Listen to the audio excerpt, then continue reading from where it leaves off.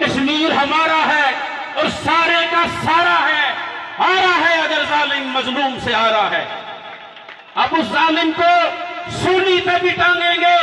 قانون کے دشمن سے انصاف نہ مانگیں گے، اور ایک ستمگر سے وعدہ یہ ہمارا ہے، کشمیر ہمارا ہے اور سارے کا سارا ہے۔ ڈاکٹر توقیر گیلانی صاحب۔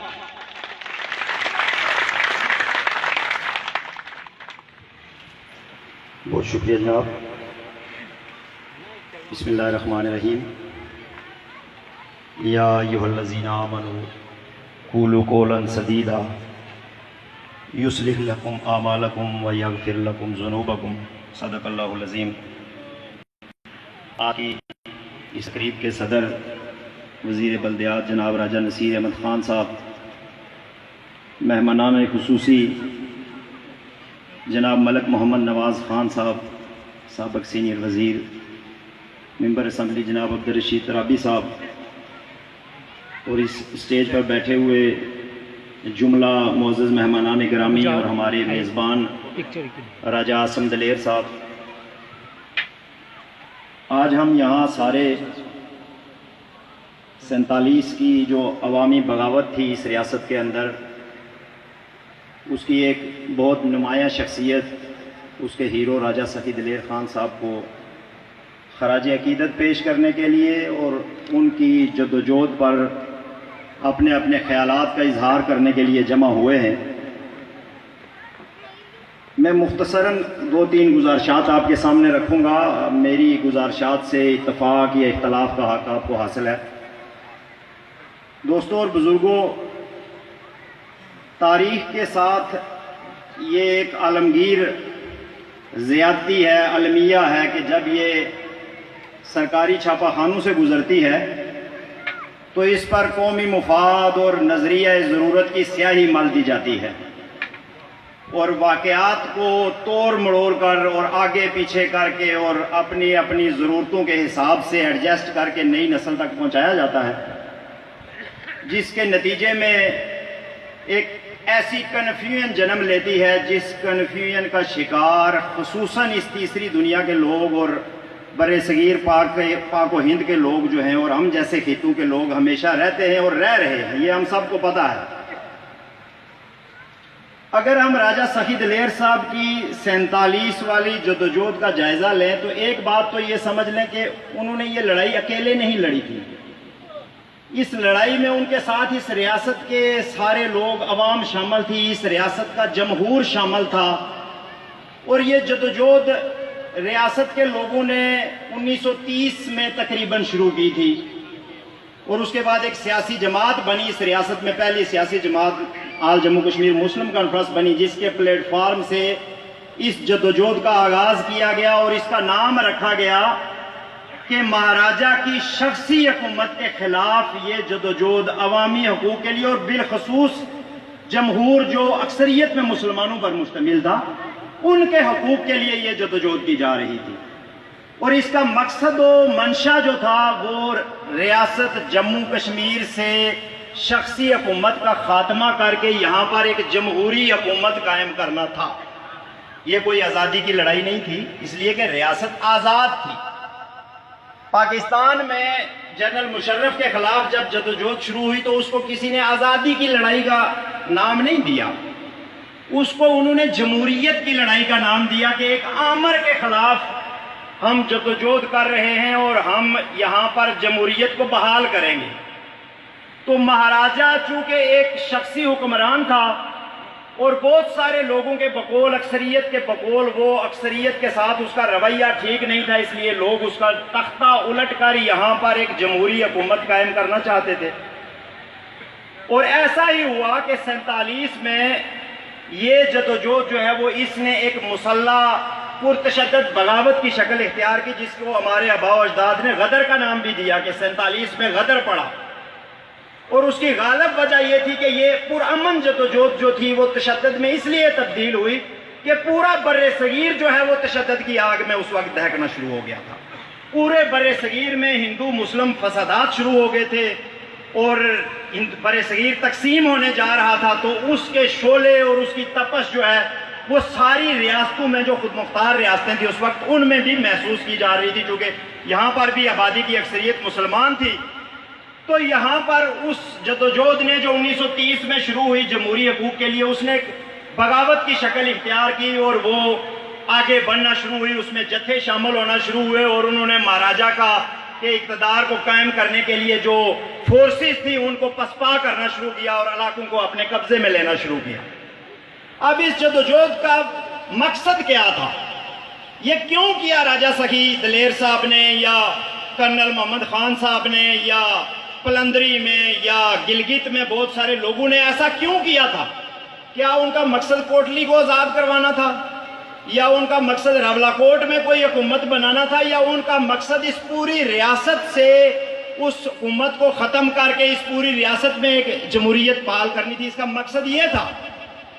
اور وہ آگے بڑھ رہے تھے کہ جب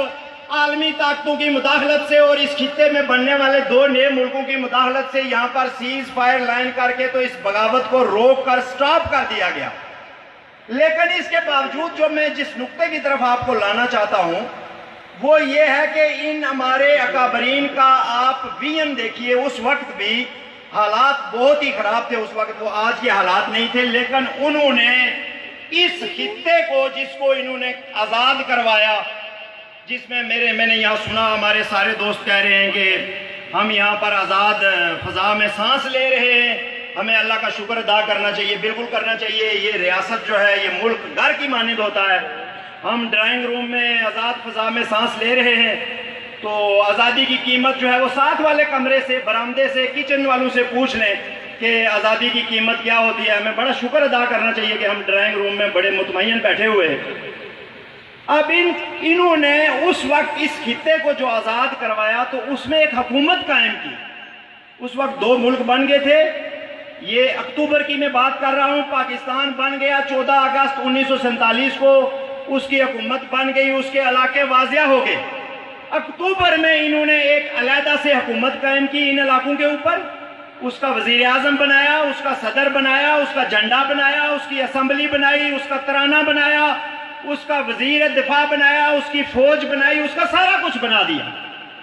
تو اس کا مطلب کیا تھا؟ اس کا مطلب کیا اس خطے کو پاکستان میں شامل کرنا تھا، یا اس کا مقصد اس خطے کی اپنی حکومت جو ہے جس کی بنیاد میں نے آپ سے کہا کہ 1930 میں جمہوری حکومت کے قیام کے لیے رکھی گئی، کیا اس کا مقصد وہ تھا؟ یہ وہ نقطہ ہے جہاں سے آ کر ہم پوری تاریخ کو ملیہ میٹ کر کے اس کے اوپر اپنے اپنے مفادات کے اور آنے والے جو ہمارے جو ہے وہ مقاصد ہوتے ہیں ان کے غلاف چڑھا کے تو پوری قوم کو کنفیوز کرنا چاہتے ہیں۔ یہی وجہ ہے کہ ہم آج بھی 73 سالوں سے صرف باتیں کر رہے ہیں، صرف تقریریں کر رہے ہیں، اور ہماری قوم کو کوئی جو ہے وہ واضح لائے عمل اتنا ایک جمہوری جو ہے وہ اس وقت عہد ہے۔ اس وقت پوری دنیا کے کسی کونے میں کوئی چھوٹا سا واقعہ ہوتا ہے تو پوری دنیا جو ہے وہ ایک پیج پر اس کو دیکھ رہی ہوتی ہے۔ آج ہمارے بھائیوں کو 1 سال سے جو ہے وہ بند کر کے رکھا گیا ہے، تمام جو زندگی کے ان کے اوپر جو ہے وہ ضروریات ہیں ان پر پابندی لگائی گئی ہے، ہماری لیڈرشپ جو ہے وہ اس کو جیلوں میں ڈالا گیا ہے، ہماری عورتوں، ماؤں، بہنوں، بچوں کی جو ہے وہ بے حرمتی کی جا رہی ہے، ہماری سیز فائر لائن جو اس ریاست کو تقسیم کرتی ہے اس کو آئے روز جو ہے وہ بھون کر رکھ دیا گیا ہے۔ لیکن دنیا ہماری طرف توجہ کیوں نہیں دے رہی ہے؟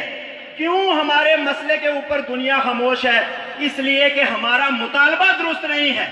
ہمارا دنیا کے سامنے جو کیس پیش کرنے کا طریقہ ہے وہی درست نہیں ہے۔ یہ مسلم کانفرنس کے زعماء بیٹھے ہیں، ان کو یاد ہوگا اور یہ تاریخ سے بھی پڑھ سکتے ہیں کہ جب قائد اعظم 47 میں آخری دفعہ سری نگر پہنچے مسلم کانفرنس کے زعماء سے ملنے کے لیے تو چودھری غلام عباس کی قیادت میں جب ان سے وفد ملا تو قائد اعظم نے کہا میں آپ لوگوں کے چہروں پہ پریشانی دیکھ رہا ہوں،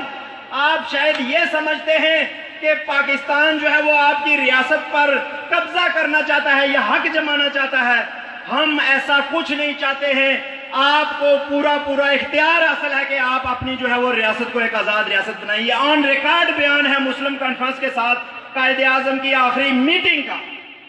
تو اس کے بعد مخصوص مفادات کے تناظر میں ہم نے یہ کسی سے دشمنی کی بنیاد پر نہیں ہے،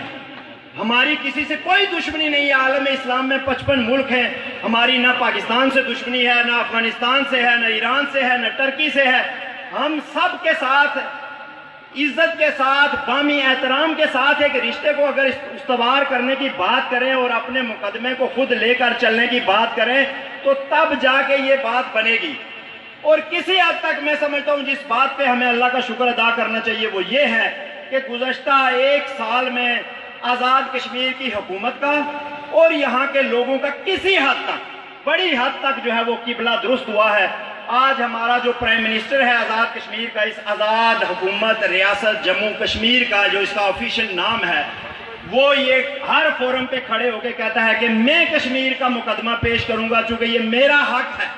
اور مجھے یہ بات کرنی ہے.